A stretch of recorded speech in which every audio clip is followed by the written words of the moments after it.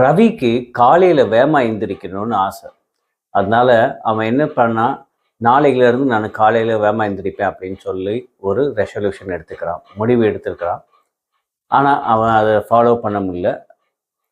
ஒரு வாரம் கழித்து அவனுக்கு ஒரு இம்பார்ட்டன்ட் மீட்டிங் வருது. அந்த மீட்டிங் வந்து அவனால் அட்டென்ட் பண்ண முடியல.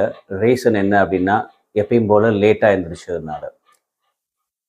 அது ரொம்ப டிசப்பாயின்மெண்ட் கொடுத்த உடனே அவன் அதுக்கடுத்து முடிவு பண்ணுறான், நாளைக்கு காலையில் ஒரு 10 நிமிஷம் முன்னாடி எந்திரிப்போம். இத்தனை நாள் எந்திரிக்கிற நார்மல் டயத்தை விட ஒரு ஒரு 10 நிமிஷம் முன்னாடி எந்திரிப்போம் அப்படிங்கிறத டிசைட் பண்ணுறான்.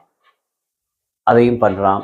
ஒரு வாரம் 10 நிமிஷம் முன்னாடி கரெக்டாக அந்த டயத்தில் பண்ணுறான். அதுக்கு அடுத்தது அடுத்த வாரத்துலேருந்து 20 நிமிஷம், அதுக்கு அடுத்தது 30 நிமிஷம் அப்படின்னு டிசைட் பண்ணிவிட்டு அவன் எந்த டைம் வந்து எந்திரிக்கணும் அப்படின்னு முடிவு பண்ணாலும் ஏர்லியராக அந்த டைம் அக்காம்ப்ளிஷ் பண்ணுறான். அப்போ தான் அவன் அண்டர்ஸ்டாண்ட் பண்ணுறான், ஒரு விஷயத்தை மாற்றணும் அப்படிங்கிறது கஷ்டம் கிடையாது. அது ஸ்டெப் பை ஸ்டெப் பண்ண தெரிஞ்சால் மட்டும் போதும்.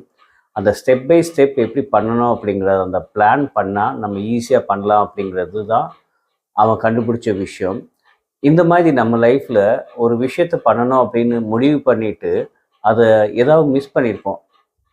அப்படி ஏதாவது உங்கள் லைஃப்பில் நடந்திருக்கா அப்படிங்கிறத திங்க் பண்ணுங்கள். இதே ஸ்ட்ராட்டஜியை கொஞ்சம் அப்ளை பண்ணுங்கள். காலையில் வேகமாக எந்திரிக்கிறது மட்டும் இல்லை, நல்ல எந்த ஒரு விஷயத்தை பண்ணணும் அப்படின்னாலும் அந்த விஷயத்தை பண்ணுறதுக்கு அதுக்கான வழிமுறைகள் என்ன அப்படின்னு தேர்ந்தெடுங்க. கண்டிப்பாக நீங்கள் அதை பண்ணி முடிக்கிறதுக்கான வாய்ப்புகள் பிரகாசமாக இருக்குது. Thank you so much.